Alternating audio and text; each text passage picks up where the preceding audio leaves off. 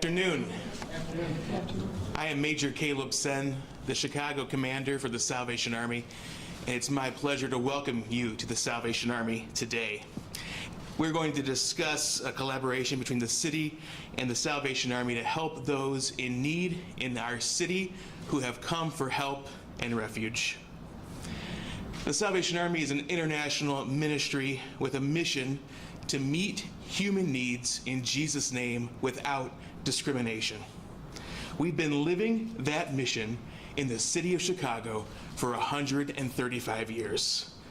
We do that by providing shelter, meals, spiritual and social services to those who need love and hope the most in this community. It was our truth yesterday, it is our truth today, and it is what we will do tomorrow. Our mission is to ensure that all people, whether from Chicago or Venezuela, know no hunger and have a safe place to sleep. The Salvation Army has been a long-time partner with the city of Chicago in providing housing and services through our core community centers and our homeless shelters, which serve 1 million people a year. Our collaboration with the city in this effort is a natural extension of that partnership. We are, as the Salvation Army, praying for these individuals who have come to our city and their families as they adjust to new surroundings. And we will be working to ensure they have adequate resources while they are here. And now it's my privilege to welcome the mayor of the great city of Chicago, Mayor Lori Lightfoot.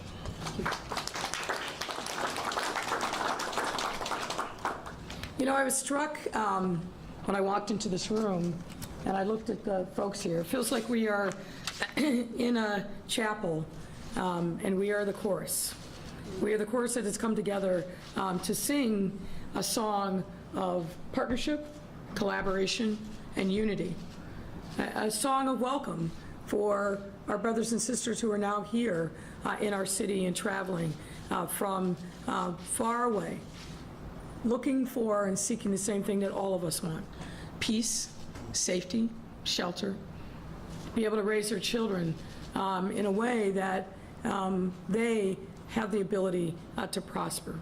And that, to me, is really what this moment is about. We are Chicago, a welcoming city, a city where we live our values every single day, a city where immigrants and refugees have been a part of the fabric of the city from our earliest days. Last night, we showed our mettle, the best of who we are. We have organized and collaborated and come together to ensure that a group of migrants from Venezuela would have food, clothing, and shelter. And that's what we do, because this is who we are as Chicagoans. I want to next thank our many partners. And I will read a formal list in a moment, but I have to start with thanking several people in the mayor's office who have been working tirelessly for some time. Paul Goodrich, our Chief Operations Officer, Tina Hohn, our Chief Engagement Officer, Nubia Wellman, the head of our Office of New Americans, Darcy Flynn, the head of our Gender-Based Violence Initiatives, Maria Martinez of our IGA team. I also want to thank Commissioner Brandy Kanazi and the team at the Department of Family and Support Services. They have been working tirelessly doing yeoman's work. I also want to thank Director Rich Gaitis of the OAMC for his always outstanding leadership in coordinating and rallying city services. Rich, thank you as well. I am joined, as you can see, by local, state, and federal community leaders to discuss last night's arrival of the migrants who were bused here to our city, and reiterate our continued commitment to being a welcoming city for all. 75 individuals were dropped off at Union Station. The conclusion of what I can only imagine was a confusing, distressing, and mentally exhausting half-day traveling across our country after a long journey to even get here. The city, which has been preparing for this day for some time, quickly collaborated across various departments and agencies to ensure that we greeted them with dignity, respect, and importantly, with resources. And we understand that many of these individuals who are, as you heard, primarily from Venezuela, are fleeing violent, traumatic, and otherwise unsustainable environments in their home countries. And will continue to respond, and we will continue to respond with essential services while they can navigate their next steps of their journey. This is a very important moment for our city to stand up and unite and help these individuals start the next chapter of their lives on solid ground and solid footing. For decades, our city has been a sanctuary for thousands of newcomers. And every year, our city welcomes hundreds of migrants and provides them with much needed assistance. And when I say our city, I don't just mean our city government. I mean community-based organizations, our neighbors, stand up and rally to support. We saw that last year with Afghanis who are fleeing the terrible violence and the destruction in their home country. We've seen that more recently with Ukrainians who are coming here to join family members in many instances. But whether they join family or not, we welcome them with open arms. The assistance that we provide by our community partners who have been working diligently to ensure our safety net is woven together as tightly as possible to support each and every one of our new neighbors. It's thanks to their efforts, complemented by the city's resources, that immigrants and refugees who arrive here, and certainly last night, and their families did receive the shelter, food, and most importantly, protection. Let me say loud and clear to Greg Abbott and his enablers in Texas.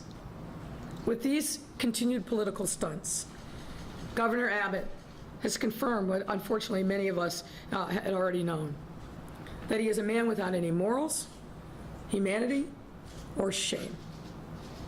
Instead of treating these individuals with respect that they deserve, the due process that our laws require, Governor Abbott chose instead to inhumanely load them onto buses, send them on a more than 12-hour journey across a country that they don't know, and to drop them off without any regard for what the next steps are. Folks, these are human beings, moms and dads, young children, elders, who deserve our respect and dignity. They're not cargo. They are not chattel. They're human beings, just like you and me. Governor Abbott's racist and xenophobic practices of expulsion have only amplified the challenges many of these migrants have experienced on their journey to find a safe place. The governor's actions are not just inhumane, they are unpatriotic.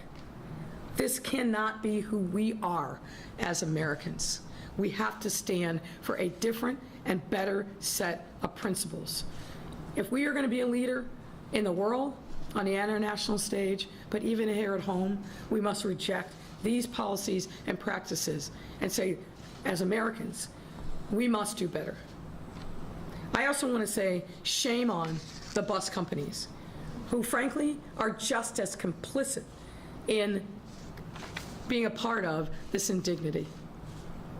And while there's no way that we can fully make up for the cruelty that our new neighbors have experienced, what we have and will continue to do is welcome them with open arms and refuse to turn our backs on them in a time when they need support the most. So I do want to formally thank all of the community partners and organizations who've been providing and will continue to provide this needed support. And many of them are with us here today. Let me start, of course, with the Salvation Army. Thank you. Catholic Charities, the Resurrection Project, National Immigrant and Justice Center, NIJC, the Hannah Center, Erie Neighborhood House, Rincon Family Services, Onward House, Metropolitan Family Services Legal Aid Society, ICER, Interfaith Coalition for Detained Immigrants, Erie Family Health Centers, Esperanza Health Centers, American Business Immigration Coalition, Pilsen Neighbors Community Council, Family Focus, and Panas in Chicago. I must also thank the state led by, of course, Governor Pritzker, and you'll hear from Deputy Governor Saul Flores in a moment. I also want to thank President Preckwinkle and Cook County government, who have also stepped up in really important ways in this moment. I also want to thank Alderman Nugent for her support and for her continued leadership in welcoming these migrants to our city and her ward. We are standing in her ward today. I also want to thank other City Council colleagues, including Alderman Raboyos, who is also here with us today. Though Senator Durbin, Duckworth, and Representative Schakowsky could not be in attendance, their unwavering support, we couldn't do this work without them. I also want to thank them for everything that they do to continue advocating for immigration rights here in Illinois, and for the staff who are here today that they sent representing our federal delegation. Thanks to each and every one of them. Folks, this is, as I said, an important moment in our city's history. We're going to look back on this chapter, I am confident, with great pride because of what all of us, the collective we, have and will continue to do to stand tall in this moment and make sure that we live our values as a welcoming city. Now, with that, I'd like to welcome to the microphone Ted Berger, who is from Cook County and is a Board Executive Director of Emergency Management and Regional Security. Ted is here on behalf of President Preckwinkle. Thank you. Thank you. Sorry. Thank you so much. Appreciate the introduction. Good afternoon. I am Ted Berger, the Executive Director of the Cook County Department of Emergency Management and Regional Security. I am here on behalf of President Preckwinkle, who regrets she was unable to join you today. To our newest residents arriving from Texas, welcome to Cook County. Cook County is among the most diverse communities in the world and inspires so many to make their homes here. The more diverse we are, the stronger we are. We are proud to be a safe and welcoming county for all. It is imperative that we lead with compassion in a time of humanitarian need. President Preckwinkle's administration is working with the City of Chicago, the State of Illinois, our federal government partners, and nonprofit agencies to ensure that our newest residents have access to the resources and services they need at this critical time. Under President Preckwinkle's leadership, we pledge to provide financial support, access to medical care, and all of the services we can offer to ensure our new neighbors are treated with dignity and respect, and that they have the foundation they need to be successful as they begin their new lives here in Cook County.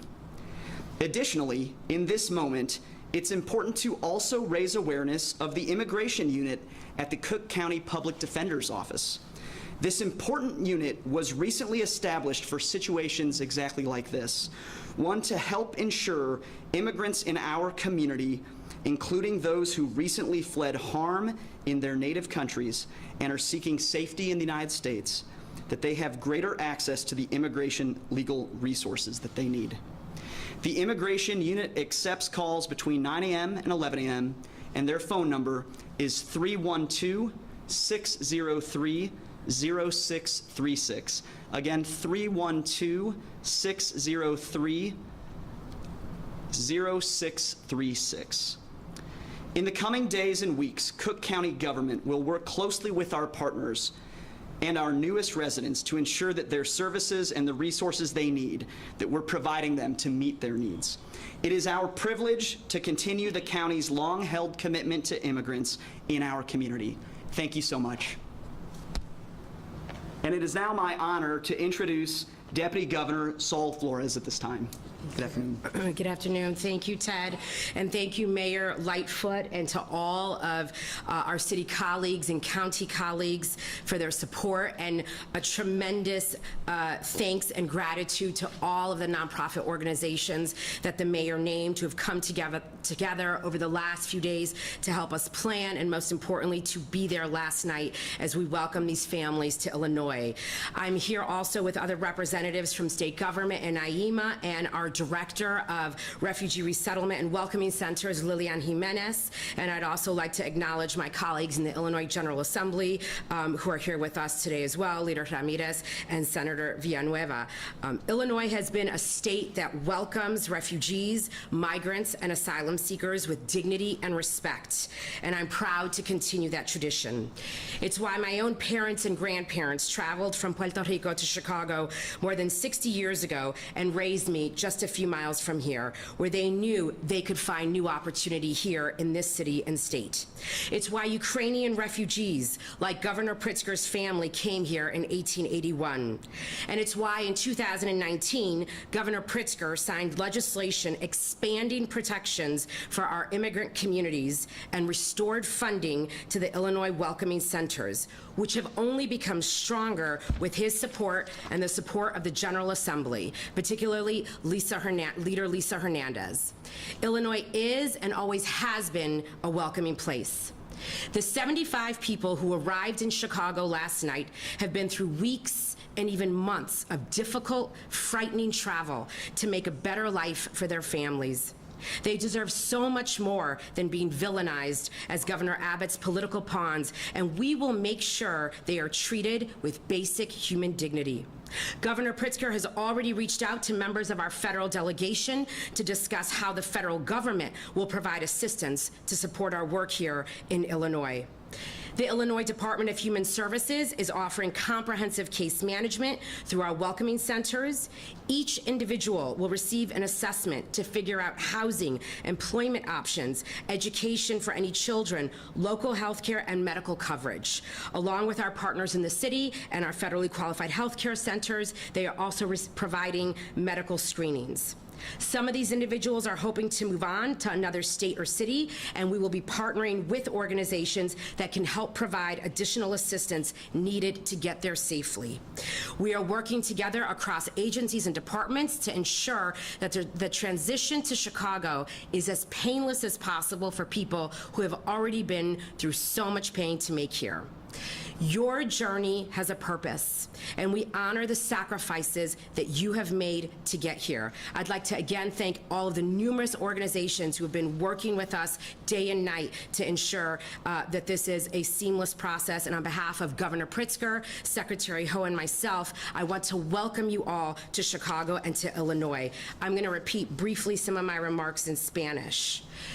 Illinois siempre ha sido un estado que da la bienvenida a refugiados, migrantes y solicitantes de asilo con dignidad y respeto. Y me da la orgullo continuar con esta tradición. Es porque mis padres y abuelos vinieron de Puerto Rico a Chicago hace más de 60 años y me criaron con unas pocas millas de aquí, donde sabían que podían encontrar nuevas oportunidades aquí en Chicago. Es porque los refugiados ucranianos, como la familia del gobernador Pritzker, vinieron aquí en el 1881. Es que en 2019 el gobernador Pritzker firmó una legislación que amplía las protecciones para las comunidades inmigrantes. Illinois es y siempre ha sido un lugar acogedor para todos los que necesitan. Las 75 personas que llegaron a Chicago anoche han pasado semanas, incluso meses de viajes difíciles, peligrosos y aterradores para darle una mejor vida a sus familias. Merecen mucho más que ser utilizados como peones políticos del gobernador Abbott, y nos aseguraremos de que aquí sean tratados con dignidad. El Departamento de Servicios Humanos de Illinois les ofrecerá una coordinación de servicios a través de nuestros centros de bienvenida. Cada persona recibirá una evaluación para servicios sociales. Algunas de estas personas esperan irse a otra ciudad o estado y nos asociamos y vamos a trabajar con organizaciones que pueden ayudar a brindar la asistencia adicional necesaria para llegar ahí. Su viaje tiene un propósito y honramos los sacrificios que han hecho para llegar hasta aquí. De parte del gobernador Pritzker, la secretaria Ho y mía, quiero darles la bienvenida a Chicago y a Illinois. I'd now like to turn it over to Commissioner Brandy Kanazi from the City of Chicago. Thank you. Thank you, Deputy Governor, for your remarks. Good afternoon, everyone. My name is Brandy Kanazi, and it is my honor to lead the Chicago Department of Family and Support Services. First, I want to thank Mayor Lightfoot for your steadfast resolve for serving our city's immigrants and upholding our values as a welcoming city. Thank you, Mayor, for everything. Your leadership has been integral as we put inclusivity, equity, and community into action. As we welcome our new arrivals with open arms, we are proud to have the city working together and provide a space where these individuals can be served holistically. Thanks to our whole of government approach, with our city agencies and so many organizations who have stepped up on very short notice to meet our new arrivals exactly where we are or where they are, we are able to serve them. I also want to thank the DFSS, OEMC, CTA, AIS, Fire, Police, and the Mayor's Office, and so many more city agencies for all of the work people put in over the last 24 hours to put our reception center and shelter plan together. You all came together under incredible short notice, and it has really shown what we can do. With our partnership from organizations and our communities and so many others, we have been able to provide care that is both culturally competent and trauma-informed. That trauma-informed care is so crucial right now. We know that many individuals have made this journey while fleeing violence, persecution, and instability from their home countries. Many have walked miles just to get here, and so the healthcare needs that they have is great. When these individuals made it to our care, they were greeted with food, shelter, clothing, clean towels, and a shower. And then we also provided them with the warmth of our hearts. For the first time in a long time, individuals could rest knowing that they were in a safe space where their care mattered. We are concerned for their well-being. Today's all hand on deck. Our intake efforts have given us a chance to better understand each individual's needs. We are engaging everyone on a one-on-one basis, providing access to health care, legal services, connections to families, as many more services. This effort will continue over the next few days. Most importantly, we are building trust and relationships that is necessary to support them on their journey toward their goals, whatever that may be. The trauma that people in transit experience are many. There's trauma that causes individuals to flee in their homes in the first place, and it is the journey that is traumatic in itself. There's also trauma when arriving in a completely foreign place. Today, we are coming together as a city to ensure that at least some of the trauma is lessened and to provide critical resources that is necessary for them to heal and grow. So thank you, and next I'll introduce Director Rich Gaitis. Thank you, Commissioner, and good afternoon. I'm Rich Gaitis, the Executive Director of the Office of Emergency Management and Communications. I want to acknowledge the tremendous effort by our city workers and partners that planned and prepared for the reception of individuals from the southern border. A significant amount of hard work has gone into this humanitarian mission by all involved. OEMC has been coordinating response efforts with multiple city departments and agencies to respond to the needs of those arriving in Chicago. This includes establishing a reception center, offering provisions and services, as well as temporary housing accommodations. The city and our community partners have been working together to ensure everyone who arrives in Chicago is welcomed and provided with the support they need and treated with dignity. As a sanctuary city, Chicago was aware of the possibility of receiving buses from Texas and were prepared last night for the reception of the 75 individuals that were dropped off at Union Station. These new arrivals have been provided with essential services and a place to rest. We will continue to work to ensure we provide a safe and stable environment for them until they are connected with sponsors, family, or long-term services. Thank you. I'd now like to introduce Alderman Ariel Rebollas. Alderman. Thank you, Commissioner. I'm Ariel Rebollas, the Chairman of Immigration and Refugee Rights Committee, and I'm very proud to be here today. I want to thank all the agencies that are here, because without their help, this would not be here today. Thank you, Mayor, for what you're doing. Major Son, thank you for what you're doing for this community. You know, the reality is, You all have families. Think about it. They do too. They deserve to be treated like humans. And we're going to do that here in the city of Chicago. So thank you to the governor from Texas, because these are going to be families that we're going to take care of. Soy Ariel Reboiras, el chairman del Comité de Inmigración y Derechos Refugiados del municipio de Chicago. Estoy aquí, me siento orgulloso en aceptar esos individuos que vinieron del estado de Texas. Como dice la alcaldesa, ellos son humanos, tenemos que tratarlos como humanos. Somos miembros de familia, ellos también tienen miembros de familia. Gracias a todos los que se encuentran aquí hoy, las agencias comunitarias que se encuentran aquí, los líderes del condado Cook, del estado y los federales. Sin ellos, esto no sería posible. Así que gracias a todos, sigan pensando, ellos también necesitan ayuda. Muchas gracias. Ms. Rendón. No quiso intentar mi primer nombre. Buenas tardes. My name is Ere Rendon. I'm the Vice President of Immigrant Justice at TRP. I myself crossed the border when I was 4 years old. I now have DACA. But back in 1990, my family also arrived without anything. And I think the circumstances that folks are arriving at now have changed. But also the fact that there's the city, the county, and the state are all collaborating and setting an example for how to welcome immigrants. I just want to thank you all from the bottom of my heart. And especially thank you all from the bottom of my 4-year-old heart. The Resurrection Project has been working with our partner organizations that the mayor mentioned at the center since yesterday, making sure that folks were welcomed and welcomed in their own language. Our nonprofit partners are making sure that we're giving interpretation and making sure that immigrants have the basic needs that they need right now, and then making sure that they have what they need to be able to move forward. I want to remind folks that we need a federal policy that allows people to be able to seek family reunification, refuge, and work.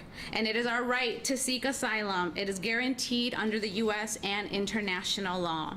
Buenas tardes, me llamo Ere Rendón, soy vicepresidenta de Justicia para el Inmigrante en el proyecto Resurrección. Cuando yo tenía 4 años, yo crucé la frontera y como muchos de los inmigrantes que llegaron anoche, también no teníamos nada. Pero quiero darle gracias a la ciudad de Chicago, al estado de Illinois y al condado de Cook por darnos el ejemplo de cómo se tiene que dar la bienvenida a los inmigrantes. Así debería de ser siempre y en todos lugares. El proyecto Resurrección no está trabajando solo, está trabajando con varias organizaciones. Estamos interpretando para asegurar que los inmigrantes puedan tener el cuidado que necesitan en su propio idioma y asegurando que, por lo tanto, sus necesidades básicas los puedan tener y viendo qué es lo que sigue para que ellos puedan seguir en su camino. Necesitamos una política federal que nos deja llegar a los Estados Unidos legalmente, que nos deja reunificarnos con nuestra familia, que nos deja buscar refugio cuando lo necesita y nos deja trabajar. El derecho de poder pedir asilo es un derecho garantizado abajo de las leyes de los Estados Unidos y también leyes internacionales. Muchas gracias. Before I take questions, let me also thank the members of the Chicago Fire Department, led by Commissioner Annette Nance Holt. I want to particularly highlight the paramedics and the EMTs who were on site last night rendering medical treatment and made sure that the folks that arrived were examined and those that were in need were taken care of. Now I'm happy to take your questions. Thanks a lot, Mayor. Members of the media, Ash and I will bring down the mic as always. We'll kick it off with Mariano Gilis. 2 questions per reporters. On topic, please. Mayor, I'm sure you visited the families and the individuals this morning. How was their first night in Chicago? How are they doing today? I haven't seen them yet today, but I did see them last night. And I have to say, I was heartened by how remarkable they were. They were in good spirits, obviously nervous and had a lot of concerns. But you know what I think it showed was their incredible determination and resilience. So I was overwhelmed with emotion when I had time to spend with them because they were just remarkably resilient. I'm sure services are not unlimited. I'm wondering how much longer can the city, maybe the state, help these people? And are you worried that maybe more immigrants are coming this way from states like Texas, for example? Well, if we take Governor Abbott's threats, and that's what I regard them as, seriously, I would expect that we will see more. And yes, this is not something that we budgeted for, but it's something that we must do. And so we will figure out the finances, working collaboratively with the federal government, the state, and the county. The county in particular has already stood up. I'm expecting to see other resources come from our other partners, but it's what must be done. This is a humanitarian crisis manufactured by a cheap politician who is focused on his own political fortunes and pandering to, frankly, the lowest common denominator in his party at the expense of these people's humanity and lives. So we have to be the opposite of that and do whatever is necessary to stand up in this moment, and we will do it. Excellent. Viviana, Univision Network. Thank you, Mayor. It is my understanding that some people have already immigration court appointments. How soon they can be transported to cities like New York and Los Angeles? Well, as you heard from the Commissioner Kanazi and others, what's happened over the course of less than 24 hours is really kind of understanding what their needs are. It was our understanding that some of these folks would be transitioning to other cities and states, and so we're going to help them do that. NIGC, the National Immigrant Justice Center, the lawyers, case managers are already on the ground here today, and they'll be doing that assessment, making sure that their rights are upheld, and helping them navigate what I think is often a very Byzantine immigration system. So I can't give you the kind of specificity that your question asked for, but believe that the work is ongoing to make sure that they are going to get access to due process and the rights that they are guaranteed under our laws. All right, JC, NBC. Thank you, Mayor. What type of collaboration or communication at all has there been between governments, between yourself and the Abbott administration to coordinate this? Well, let's be clear. The Abbott administration has not collaborated with anybody. They put people on a truck, on a bus, without any regard for their safety, and then dropped them off here. It would be nice if they had collaborated with us. It would be nice if they had communicated who they were sending, what numbers, what their circumstances are, whether or not they needed any kind of medical assistance, whether they were going to be here in Chicago or going elsewhere. That's what a leader would do. That is not who Governor Abbott is. That's not what he's done. What you have seen instead is what we do in Chicago and Illinois. We all collaborate. We've been talking for quite some time back and forth about the possibility when we saw the threat and then the first folks being shipped to New York City and to Washington, D.C. We are showing leadership. He is not. Seeing firsthand reporting on the border, I've unfortunately seen the separated families that were reported on years ago. What steps are in place in case the governor decides to continue to send busloads, including children that may be unaccompanied? What type of plans are there in place to make sure that families can stay together and these migrants can stay safe? Well, look, I will tell you, it is my prayer, literally, that this man finds some humanity and doesn't do that. But should he continue to do what he seems determined to do, we're ready. We are the village, and we are going to make sure that whoever comes to Chicago, that we're going to take care of them, that they are going to find shelter here, and that they are going to be welcome. And we will do whatever it takes to make sure that their rights are respected. So we're ready, we're prepared, and as I said, this is not the way to do it. He is manufacturing a crisis. It's totally unnecessary. Jose, I'm sorry. If it continues, we'll be ready. Yes, sir. Jose Mayor, Telemundo. you said that you saw them yesterday. Any special thing that you remember for them? What something special that you would like to share to us? Well, I got to spend a little bit of time with some of the children and the families, and through an interpreter, just told them that we would be here for them. And I think they were all very, very grateful after the journeys that they've been on, traveling from their home countries, being treated as coarsely as they were by the governor of Texas, coming here and finding a completely different experience.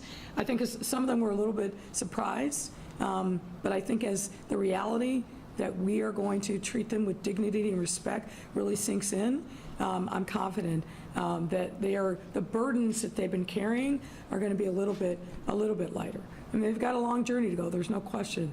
But as I said, I was really heartened by their resiliency. And they seemed like they were in a pretty good place under the circumstances. Esther, WBEZ. Have you been in touch with officials in New York and DC, and what are some lessons that they learned that you are implementing here? Yeah, I've reached out to my fellow mayors, but also, frankly, mayors in Texas as well. We're talking. I haven't been able to get in contact with all of them, but I'm always interested in learning from my fellow mayors about what their experiences are and what we can do to implement the things that work, but also be on the lookout for challenges that they've experienced. So, and I know that many of the people here in the organizations that they represent have been reaching out to their counterparts. I don't know if anybody wants to step up and share some best practices or things that you've learned. I'm not seeing any takers. Exactly what we're doing here, Mayor. Yeah. So, look, this is not the first time that we have had to step up in this moment. A little bit different circumstances than, for example, with the Afghanis or with the Ukrainians, but that muscle memory really has been built, and importantly, the infrastructure of support, that continuum of care, if I may, is here in our city. And we're really, really fortunate for such tremendous partners who come from all different kinds of backgrounds, but the common thread is we're here to serve. Craig, ABC.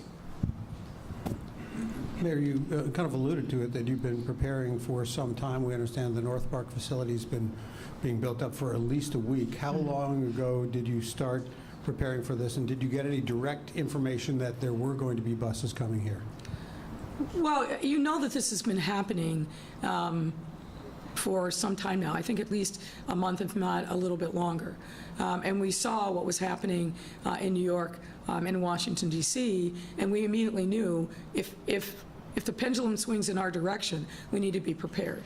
So conversation started several weeks back, and as the reality of this possibility seemed closer and closer, then we really kind of sprung into action. So it's been a conversation for some time, watching what was happening and thinking, again, what is he doing? He is trying to create crises in Democratic-led cities to demonstrate his toughness, right? But also, frankly, to try to embarrass us by not being ready or prepared. Well, that's never going to happen in Chicago. Let me just play devil's advocate a little bit with that in mind. Texas, obviously, if none of these migrants were sent anywhere else, would have to bear all the brunt of this themselves.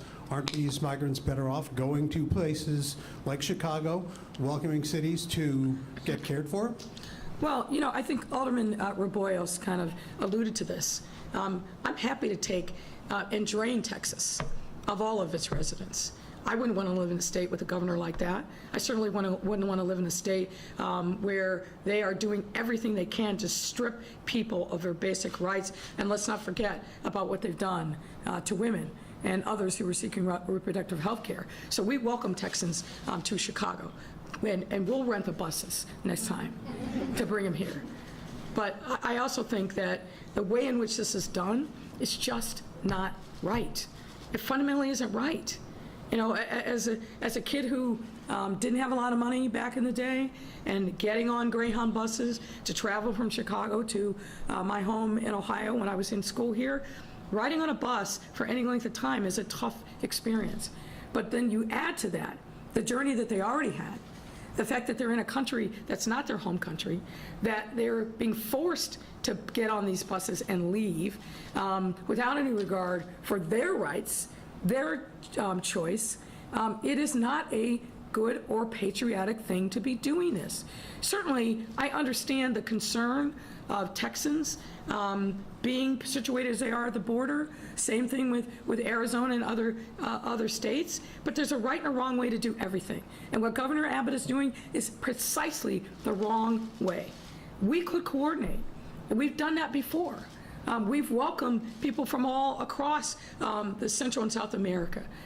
But then you have to do it in a way that respects their rights, with integrity and with leadership and partnership and collaboration. That's not what he's doing. Can I just follow up on that? Yeah, sure. It sounds like this would work well to reach out to Abbott and say, hey, if you got some more people that you want to get rid of, can we coordinate to do it in a better way? Well, I suppose that would work in theory, but that's not the point, right? That's not his point. His point is to try to humiliate the president, to humiliate Democratic cities led by Democratic mayors. His point is not to do the right thing in any shape or fashion. If he really wanted to do the right thing, there's many different avenues in which he could access information and access cities and states. Right? He's a part of the National Governors Association, as is our governor, as is the governor of New York, as is others. But he's choosing not to do that because this is about a cheap political point. It has nothing to do with sharing the load. That's not what this is about.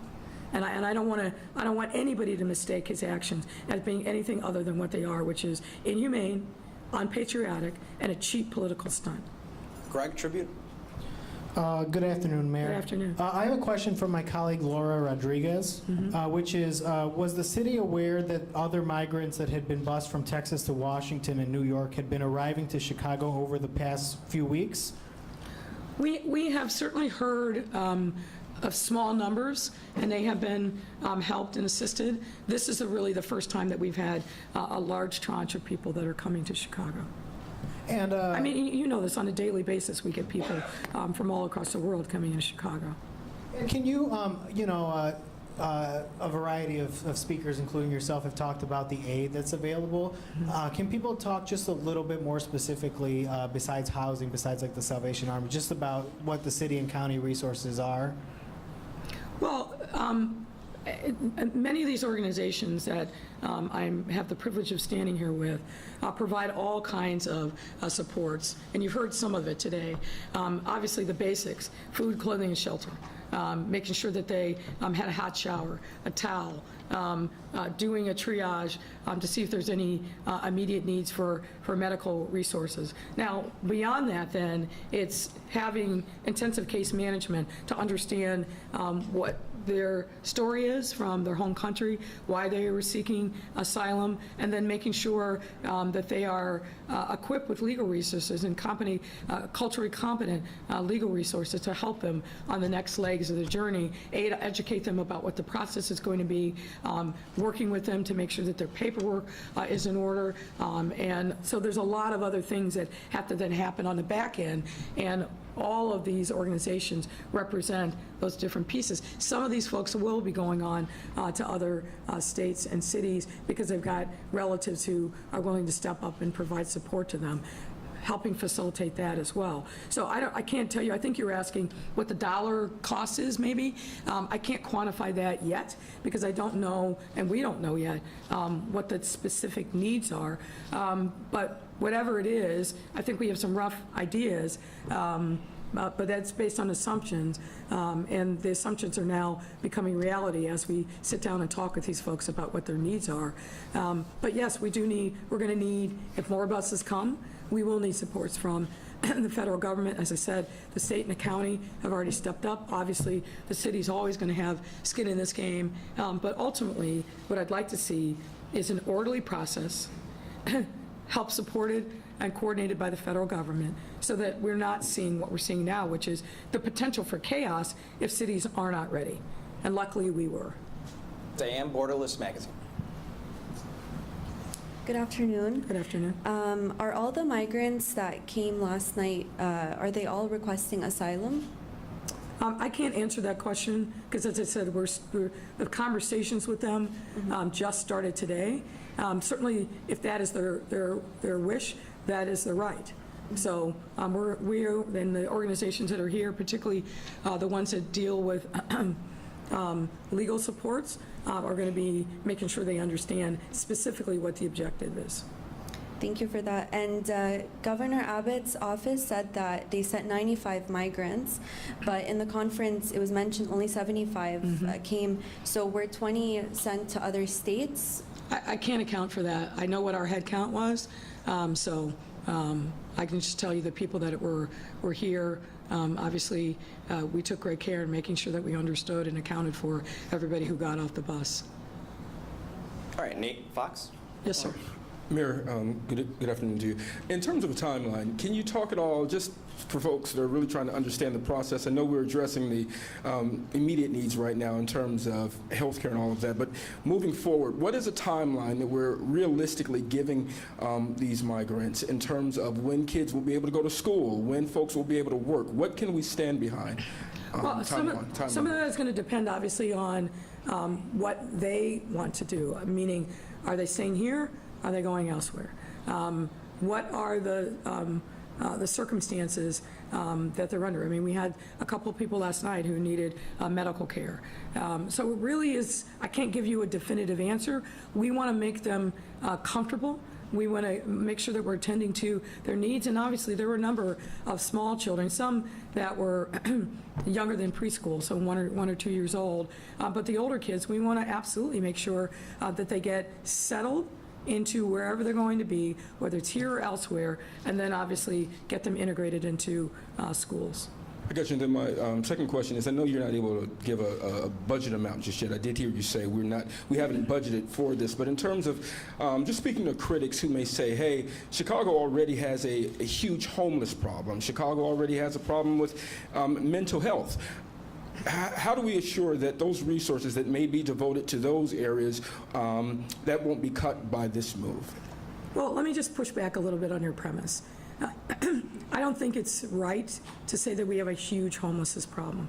I don't know of any city across the country, certainly not any major or mid-city, that doesn't have people who are either on the street or housing unstable. So we are doing that. Again, that work is led by some really great people at the Department of Family and Support Services. We are not going to be in a situation where we detract from the services that we provide our residents on a daily basis by opening up our arms and welcoming the migrants who came here to our city. But we're not, I don't anticipate a circumstance where we're going to see that. Now, do we have unlimited funds? Of course not. No city government does. But I'm also confident that our partners that are with us and the philanthropic community and generous individuals, if there's a need, that they will also step up, because it's that we've seen that happen time and again, right? Through the pandemic, we didn't anticipate that we're going to have that kind of crisis, and very generous people stepped up, took money out of their own pocket, provided food, clothing, shelter. I have no doubt if that need is there, we will sound the clarion call and people will respond. Elvia, Tribune? Actually, the Sun-Times. Sun-Times, I'm sorry. Speaking of funding, has the state offered the city any kind of financial assisting or funding for this group? And if so, will you guys accept it, and how will those funds be used? We never say no to money, but I'll let the deputy governor answer that question. I wanted to just introduce again briefly, we have Lilian Jimenez here, who's our Director of Welcoming Centers, and she was with some folks last night, has, I think, a little bit more to add on one of your questions with regards to the numbers and the difference of the 25 people. But we are prepared to partner with the city, as we have been, on many other issues, specifically funding. And so Governor Pritzker has communicated with the mayor. I am in communication with my counterparts in the city. We are working with Commissioner Kanazi to understand very specifically what are the needs for today, tomorrow, next week, next month.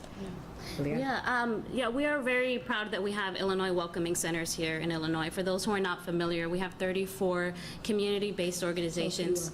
My name is Lillian Jimenez, Associate Director of the Office of Welcoming Centers for the State of Illinois, Illinois Department of Human Services. So as the Deputy Governor mentioned, our Illinois Welcoming Centers, we have 34 community-based organizations that are funded by the state of Illinois. And just this year alone, we have doubled their funding to provide crisis intervention as well as long-term case management. So some of the questions that were asked were about, what's going to happen in the long term. So for folks who do intend to stay in Chicago, we have organizations right now on site. Thank you to the mayor for the partnership to helping people develop an individualized plan for employment, education, and long-term housing. And I'm proud to say that we have a great history, especially in the last year, of resettling, as was mentioned, the Afghan community, the Ukrainian community, and this community is no different. They are reuniting with family. Some of them have employment opportunities. Some of them are here for educational opportunities. And we have the staff, we have the organizations that are here willing to help understand the culture, have the cultural capacity, the language capacity to help folks integrate into Chicago and statewide as well. So thank you. I did have a follow-up question about more permanent housing. I know some of them have... I apologize. I'm having a little difficulty hearing you say that again. A question about permanent housing. I know they have been staying in shelters, but is there a plan to provide more permanent housing? I know for the Afghan refugees, some of them stayed in hotels for a couple months. Is that what this group will be doing? Well, again, I think it's going to depend, and I'll invite Commissioner Kanazi to jump in here. It's really going to depend on what they want to do. Some of them have connections here in Chicago. They have connections in other states in the Midwest and elsewhere. But we're going to make sure that, obviously, housing is fundamental and basic, and we're going to provide that to them based upon what their individualized plan and case management tells us that they want. I don't know, Commissioner. So really the plan is to have, as the mayor said, an individualized plan and conversations with individuals. Some people are seeking diversion services. So they're like, I came to Chicago and I really just want to go to Virginia, or I want to go to Wisconsin or Minnesota. And so we'll support them with their diversion resources. We had a family that came in today and they said, I'm here, but I don't want to stay in shelter. I've got family that's in the city. And so we used Uber to get them to their location. For folks that decide that Chicago is going to become their home, we'll work with them to decide, okay, what does that look like for finding employment? And in terms of housing, we'll work with them to see, about their jobs and resources to get them connected. But for now, those who want to stay in shelter are in shelter and are being treated well. So thank you. Thanks, Commissioner. Thanks, Mayor. That's a wrap, everyone. Have a great day. Thank you. Thank you. Thank you.